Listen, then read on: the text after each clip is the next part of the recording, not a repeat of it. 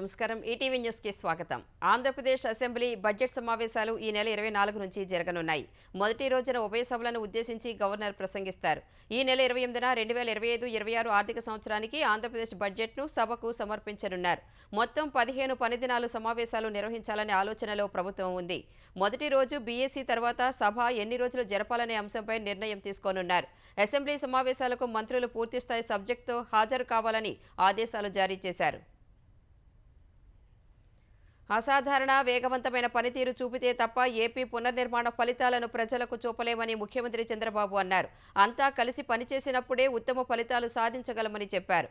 ఎప్పటికప్పుడు ప్రతి ఒక్కరూ టీమ్ స్పిరిట్తో పనిచేయాలన్నదే తన ఆలోచన అన్న సీఎం అందులో భాగంగానే ఫైళ్ల క్లియరెన్స్లో మంత్రులకు ర్యాంకులు ఇచ్చినట్లు తెలిపారు. దస్త్రాల పరిష్కారంలో విడుదల చేసిన ర్యాంకులు ఎవరిని ఎక్కువ చేయడానికో తక్కువ చేయడానికో కాదన్నారు.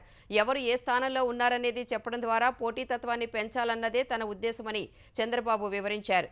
ఇది పాలనతో వేగాన్ని పెంచుతుందన్నారు. ఈ విషయంలో తాను కూడా మెరుగుపడాల్సి ఉందన్నారు. అపారమైన నమ్మకంతో 2024 ఎన్నికల్లో 93 స్ట్రైక్ రేట్తో ప్రజలు గెలిపించారన్న చంద్రబాబు వారి ఆశలు ఆకాంక్షలు నెరవేర్చేందుకు ప్రయత్నిస్తున్నట్లు చెప్పారు. వైసీపీ పాలనలో విధ్వంసమైన వ్యవస్థలను గాడిలో పెట్టేందుకు సాయశక్తులా కష్టపడుతున్నట్లు చెప్పారు. పింఛన్ల పెంపు, ఉచిత గ్యాస్, అన్నా క్యాంటీన్లు వంటి పథకాలతో సంక్షేమం అమలు చేస్తూనే మౌలిక సదుపాయాలు, పెట్టుబడుల సాధనతో అభివృద్ధి వైపు అడుగులు వేస్తున్నామన్నారు. గ్రామ స్థాయిలో చిరు ఉద్యోగి నుంచి సీఎం వరకు కష్టపడి పనిచేస్తేనే ప్రజల సమస్యలు, కష్టాలు తీర్చి లక్ష్యాన్ని చేరుకోగలమని చంద్రబాబు స్పష్టం చేశారు. వైసీపీ అధినేత జగన్ తమ పార్టీని వీడిన వారిని ఉద్దేశించి చేసిన వ్యాఖ్యలపై మాజీ ఎంపీ విజయసాయిరెడ్డి తీవ్రంగా స్పందించారు. వ్యక్తిత్వం, విలువలు, విశ్వసనీయత ఉన్నందునే తాను ఎలాంటి ప్రలోభాలకు లొంగలేదని సామాజిక మాధ్యమం ఎక్స్లో విజయసాయిరెడ్డి పోస్ట్ పెట్టారు. భయం అనేది లేనందునే రాజ్యసభ పదవి, పార్టీ పదవులు సహా రాజకీయాలను వదులుకున్నట్లు విజయసాయిరెడ్డి తన పోస్టులో పేర్కొన్నారు. వైసీపీని వీడిన విజయసాయిరెడ్డిపై ప్రశ్నించినప్పుడు జగన్ రాజకీయాల్లో ఉన్నవారికి విలువలు, విశ్వసనీయత, వ్యక్తిత్వం ఉండాలని, అప్పుడే తలెత్తుకుని తిరిగే అవకాశం ఉంటుందని అన్నారు. విజయసాయిరెడ్డి సహా పార్టీని వీడిన 3 రాజ్యసభ సభ్యులకు ఒక్కటే సూత్రం వర్తిస్తుందని జగన్ చెప్పారు. ఈ వ్యాఖ్యలపై స్పందించిన విజయసాయిరెడ్డి విలువలకు కట్టుబడే రాజకీయాల నుంచి తప్పుకున్నట్లు తెలిపారు. అటు మాజీ ఎంపీ మోపిదేవి వెంకటరమణ కూడా జగన్ వ్యాఖ్యలపై మండిపడ్డారు. ప్రలోభాలు, ఒత్తిళ్లకు లొంగే వ్యక్తిని తాను కాదని, ఈ విషయం జగన్ అంతరాత్మకు కూడా తెలుసని మోపిదేవి అన్నారు. అలా లొంగిపోయే వ్యక్తినైతే కేసులో ముద్దాయిగా ఉండేవాడిని కాదన్నారు. విలువలు, విశ్వసనీయత, క్యారెక్టర్ ఉన్నందునే ఒక్కరితో కూడా మాట పడకుండా ఈ రోజుకి రాజకీయాల్లో కొనసాగుతున్నానని పేర్కొన్నారు. తన జీవితం ప్రజాసేవకే అంకితమన్నారు.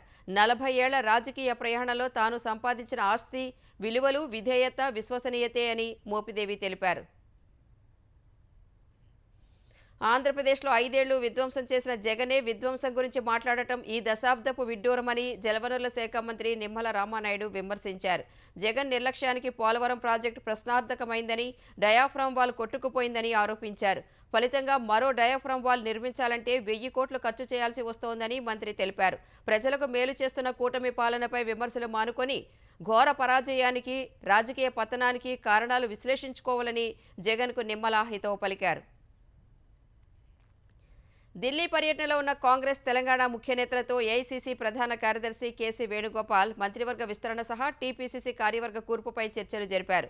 సీఎం రేవంత్ రెడ్డి, ఉప ముఖ్యమంత్రి భట్టి విక్రమార్క, మంత్రి ఉత్తమ్ కుమార్ రెడ్డి, టీపీసీసీ అధ్యక్షుడు మహేష్ గౌడ్తో వేణుగోపాల్ విడివిడిగా చర్చలు జరిపి వారి అభిప్రాయాలు తీసుకున్నారు. అయితే మంత్రివర్గ విస్తరణపై అభిప్రాయాలు మాత్రమే తీసుకున్నారని, ప్రస్తుతానికి విస్తరణ ఉండదని కాంగ్రెస్ ముఖ్య నేతలు తెలిపారు. పీసీసీ కార్యవర్గాన్ని మాత్రం 1-2 రోజుల్లో ప్రకటించవచ్చని తెలుస్తోంది. ఆ కార్యవర్గంలో 4 కార్యనిర్వాహక అధ్యక్షులు ఉండవచ్చని సమాచారం. కార్యనిర్వాహక అధ్యక్షులను ఒక మాదిగ, ఒక ముస్లిం, ఒక లంబాడా, ఒక రెడ్డి వర్గాలకు కేటాయించి సామాజిక సమతౌల్యం పాటించాలని ఏఐసీసీ భావిస్తున్నట్లు సమాచారం. పీసీసీ ఉపాధ్యక్షులుగా 15 నుంచి 20 మంది వరకు ఉండే అవకాశం ఉంది. కాంగ్రెస్ పార్టీ అనుబంధ సంఘాల అధ్యక్షులు, జిల్లా అధ్యక్షులపై కూడా నేతలు కసరత్తు చేసినట్లు తెలుస్తోంది. అంతకుముందు రేవంత్ రెడ్డి బృందం ఏఐసీసీ అధ్యక్షుడు మల్లికార్జున ఖర్గేతో సమావేశమైంది. ఈ సమావేశంలో తెలంగాణలోని తాజా రాజకీయ పరిణామాలపై చర్చించినట్లు సమాచారం. వికారాబాద్ జిల్లా దిద్యాల మండలం లగచెర్ల రోటిబండ తండాలో మరోసారి ఉద్రిక్తత నెలకొంది. హకీంపేటలో పారిశ్రామిక వాడలోని రోటిబండ తండా, లగచెర్ల, పులిచెర్లకుంట తండాలో రెవెన్యూ అధికారులు సర్వే చేస్తున్నారు. గతంలో వికారాబాద్ కలెక్టర్పై జరిగిన దాడి నేపథ్యంలో పోలీసు బలగాలు పెద్ద ఎత్తున మోహరించగా స్థానిక ప్రజలు ఆందోళనకు గురయ్యారు. భూ సర్వే కోసం వచ్చిన అధికారులను గిరిజన మహిళలు అడ్డుకున్నారు. పారిశ్రామిక వాడ కోసం భూములు ఇవ్వబోమని తేల్చి చెప్పారు. ప్లకార్డులు ప్రదర్శిస్తూ నిరసన తెలిపారు. మరోవైపు పోలీస్ పహారా మధ్య భూ సర్వే కొనసాగిస్తున్న తరుణంలో తమ భూములు ఎట్టి పరిస్థితుల్లో ఇవ్వబోమని తండావాసులు తెగేసి చెబుతున్నారు. సుదీర్ఘ కాలం నుంచి ద్రవ్యోల్బణం కట్టడికే ప్రాధాన్యమిస్తూ వస్తున్న భారత రిజర్వ్ బ్యాంక్ 5 ఏళ్ల విరామం తర్వాత కీలక వడ్డీ రేట్లను తగ్గించింది. 2020 మే నెల తర్వాత తొలిసారి రెపో రేటును 25 బేసిస్ పాయింట్లు తగ్గిస్తున్నట్లు ప్రకటించింది.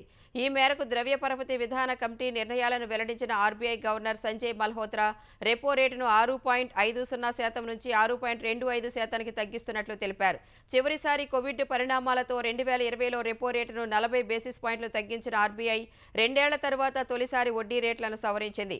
2023 మేలో రెపో రేటును 25 బేసిస్ పాయింట్లు పెంచింది. అప్పటి నుంచి కీలక వడ్డీ రేట్లను యథాతథంగా కొనసాగించింది. ఇప్పుడు కీలక వడ్డీ రేట్లు 25 బేసిస్ పాయింట్లు తగ్గించినందున గృహ, వాహన రుణాలపై వడ్డీ రేట్లు తగ్గే అవకాశం ఉంది. ఈ కారణంగా మార్కెట్లో ద్రవ్య లభ్యత పెరిగి గిరాకీ పెరుగుతుందని అంచనా వేసింది. ఇది దేశ ఆర్థికాభివృద్ధికి దోహదం చేస్తుందని విశ్వాసం వ్యక్తం చేసింది. ప్రస్తుత ఆర్థిక సంవత్సరం ద్రవ్యోల్బణం 4.8% ఉంటుందని అంచనా వేసిన ఆర్బీఐ ఈ ఏడాది దేశ జీడీపీ వృద్ధి రేటు 6.7% ఉంటుందని అంచనా వేసింది. వచ్చే ఆర్థిక సంవత్సరంలో ద్రవ్యోల్బణం 4.2%కి దిగి వస్తుందని అంచనా వేసింది. తదుపరి ద్రవ్య పరపతి విధాన సమీక్ష 2025-26 ఆర్థిక సంవత్సరం ప్రారంభమయ్యే ఏప్రిల్ తొలి వారంలో ఉంటుందని తెలిపింది. బీజేపీ ఆపరేషన్ లోటస్కు కుట్రలు చేస్తుందంటూ ఆప్ కన్వీనర్ అరవింద్ కేజ్రీవాల్ చేసిన ఆరోపణలపై ఢిల్లీ లెఫ్టినెంట్ గవర్నర్ విచారణకు ఆదేశించారు. కేజ్రీవాల్ చేసిన ఆరోపణలను ఖండిస్తూ ఢిల్లీ బీజేపీ కార్యదర్శి విష్ణు మిట్టల్ ఎల్జీ వీకే సక్సేనాకు లేఖ రాశారు. తమ పార్టీపై అసంబద్ధమైన ఆరోపణలు చేశారని, ఏసీబీతో విచారణ చేయించాలని, వారిపై తగిన చర్యలు తీసుకోవాలని లేఖలో కోరారు. దీనికి స్పందించిన ఎల్జీ ఈ వ్యవహారంపై విచారణ చేపట్టాలని అధికారులను ఆదేశించారు. అటు లెఫ్టినెంట్ గవర్నర్ ఆదేశాలతో ఏసీబీ అధికారులు దర్యాప్తు ప్రారంభించారు. కొద్దిసేపటి క్రితం కేజ్రీవాల్ ఇంటికి వెళ్లిన ఏసీబీ అధికారులు దర్యాప్తు చేస్తున్నారు. అంతకుముందు ఆప్ ఎమ్మెల్యే అభ్యర్థులు ఆ పార్టీ కన్వీనర్ కేజ్రీవాల్ నివాసంలో సమావేశమయ్యారు. ముఖ్యమంత్రి అతిషి, సీనియర్ నేతలు మనీష్ సిసోడియా, సంజయ్ సింగ్లతో పాటు మరో 70 మంది అభ్యర్థులు ఈ సమావేశంలో పాల్గొన్నారు. వైసీపీ ప్రభుత్వ హయాంలో చేసిన ఇసుక అక్రమ తవ్వకాలు, వాటిని అరికట్టేందుకు చేపట్టిన చర్యలపై తుది నివేదిక దాఖలు చేయాలని సుప్రీంకోర్టు ఆంధ్రప్రదేశ్ ప్రభుత్వాన్ని ఆదేశించింది. జగన్ హయాంలో జరిగిన ఇసుక అక్రమ తవ్వకాలపై జస్టిస్ అభయ్ ఎస్ ఓకా, జస్టిస్ ఉజ్జేల్ బుయాన్లతో కూడిన ధర్మాసనం ఇవాళ మరోసారి విచారణ జరిపింది. ఈ విచారణలో తాము ఇసుక అక్రమ తవ్వకాలన్నీ ఆపేసినట్లు జయప్రకాష్ పవర్ వెంచర్స్ న్యాయవాది కోర్టుకు తెలిపారు. ఇసుక అక్రమ తవ్వకాల నిరోధానికి గత విచారణ తరువాత చేపట్టిన చర్యలపై ఏపీ సర్కార్ కోర్టుకు నివేదిక సమర్పించింది. ఈ నివేదికను పరిశీలించిన కోర్టు తదుపరి చర్యలు, కొత్తగా తీసుకున్న నిర్ణయాలతో తుది నివేదిక ఇవ్వాలని ఏపీ ప్రభుత్వాన్ని ఆదేశించింది. ఇదే అంశాలతో అఫిడవిట్ దాఖలు చేయాలని కేంద్ర పర్యావరణ శాఖను కూడా ఆదేశించింది. తదుపరి విచారణ ఏప్రిల్ 7కు వాయిదా వేసింది.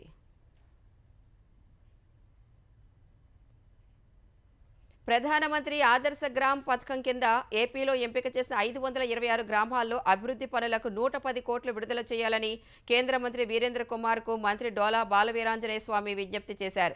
ఢిల్లీలో సామాజిక న్యాయ సాధికారత శాఖ మంత్రి వీరేంద్ర కుమార్తో భేటీ అయిన బాలవీరాంజనేయ స్వామి ఏపీకి రావాల్సిన నిధులపై చర్చించారు. 75 సాంఘిక సంక్షేమ నూతన వసతి గృహాల నిర్మాణానికి 245 కోట్లు విడుదల చేయాలని కోరారు. పీఎంఏజేఏవై కింద అంబేద్కర్ గురుకుల పాఠశాలల్లో మౌలిక వసతుల కల్పనకు 193 కోట్లు, ఎస్సీ ఎస్టీ అట్రాసిటీ బాధితులకు పరిహారం నిధులు 95.84 కోట్లు విడుదల చేయాలని విజ్ఞప్తి చేశారు. విభిన్న ప్రతిభావంతుల విద్యార్థుల కోసం ప్రకాశం, పల్నాడు జిల్లాలో 3 హాస్టల్స్ నిర్మించాలని కేంద్ర మంత్రి డోలా కోరారు. ఆదాయానికి మించి ఆస్తులు ఉన్నాయన్న ఆరోపణలతో Hanamkonda deputy transport commissioner Puppala Srinivas నివాసం సహా ఆయన బంధువుల ఇళ్లలో ఏసీబీ అధికారులు సోదాలు నిర్వహిస్తున్నారు. హనుమకొండలోని ఆయన నివాసంతో పాటు హైదరాబాద్, జగిత్యాల, కరీంనగర్లోని బంధువుల ఇళ్లలో ఉదయం నుంచి సోదాలు జరుగుతున్నాయి. ఏసీబీ డీఎస్పీ సాంబయ్య ఆధ్వర్యంలో 10 మంది అధికారుల బృందం ఉదయమే హన్మకొండలోని శ్రీనివాస్ ఇంటికి చేరుకుని సోదాలు నిర్వహిస్తోంది. శ్రీనివాస్, ఆయన కుటుంబ సభ్యులు, బంధువుల పేర్లతో ఉన్న ఇళ్లు, ప్లాట్లు, ఇతర ఆస్తులు, నగదు, కొనుగోలు చేసిన బంగారం, వాటి తాలూకు రసీదులు, ఇతర కీలక పత్రాలను అధికారులు స్వాధీనం చేసుకున్నట్లు సమాచారం. సాయంత్రం వరకు ఈ తనిఖీలు జరుగుతాయని, అన్ని చోట్ల నుంచి పూర్తి వివరాలు సేకరిస్తున్నట్లు ఏసీబీ అధికారులు చెప్పారు. కరీంనగర్లో డీఎస్పీ రమణమూర్తి ఆధ్వర్యంలో శ్రీనివాస్ కుటుంబ సభ్యులను ఏసీబీ అధికారులు ప్రశ్నిస్తున్నారు. ప్రయాగ్రాజ్ మహాకుంభమేళాలో పుణ్యస్నానాలు ఆచరించిన వారి సంఖ్య 40 కోట్లు దాటినట్లు ఉత్తరప్రదేశ్ ప్రభుత్వం ప్రకటించింది. ఈ ఉదయం నుంచి 48 లక్షల మంది పుణ్యస్నానాలు చేయగా మొత్తం 40 కోట్ల మైలురాయి దాటినట్లు తెలిపింది. జనవరి 13వ తేదీ ప్రారంభమైన కుంభమేళా ఫిబ్రవరి 26న శివరాత్రి వరకు జరగనుండగా ఈ కుంభమేళాలో పుణ్యస్నానాలు చేసేందుకు దేశం నలుమూలల నుంచే కాకుండా విదేశాల నుంచి భక్తులు తరలివస్తున్నారు. మకర సంక్రాంతి, మౌని అమావాస్య, వసంత పంచమి రోజుల్లో కోట్లాది మంది త్రివేణి సంగమంలో అమృత స్నానాలు ఆచరించారు. ఒక్క మౌని అమావాస్య రోజే రికార్డు స్థాయిలో 8 కోట్ల మంది స్నానాలు చేయగా సంక్రాంతి పర్వదినాన 3.5 కోట్లు, వసంత పంచమి నాడు 2 కోట్ల 57 లక్షల మంది అమృత స్నానాలు ఆచరించారు. జనవరి 30, ఫిబ్రవరి 1 తేదీల్లో 2 కోట్ల మంది చొప్పున పుష్య పౌర్ణమి నాడు 1,70 లక్షల మంది పుణ్యస్నానాలు చేశారు. మహాకుంభమేళాకు హాజరైన వారిలో ప్రధాని నరేంద్ర మోదీ, కేంద్ర హోంమంత్రి అమిత్ షా, రక్షణ మంత్రి Rajnath Singh, UP CM Yogi Adityanath, Samajwadi party chief Akhilesh Yadav, సినీ రంగానికి చెందిన హేమమాలిని, అనుపమ్ ఖేర్, ఒలింపిక్ పతక విజేత సైనా నెహ్వాల్ ఉన్నారు. ప్రయాగ్రాజ్ మహాకుంభమేళాలో మరో అగ్ని ప్రమాదం చోటు చేసుకుంది. మహాకుంభ్ నగర్లోని ఓ క్యాంపులో మంటలు ఎగిసిపడ్డాయి. అదృష్టవశాత్తు ఈ ప్రమాదంలో ఎవరికీ గాయాలు కాలేదని అధికారులు తెలిపారు. ప్రమాదం మరింత తీవ్రం కాకముందే అప్రమత్తమైన అగ్నిమాపక దళాలు ఘటనాస్థలికి చేరుకున్నాయి.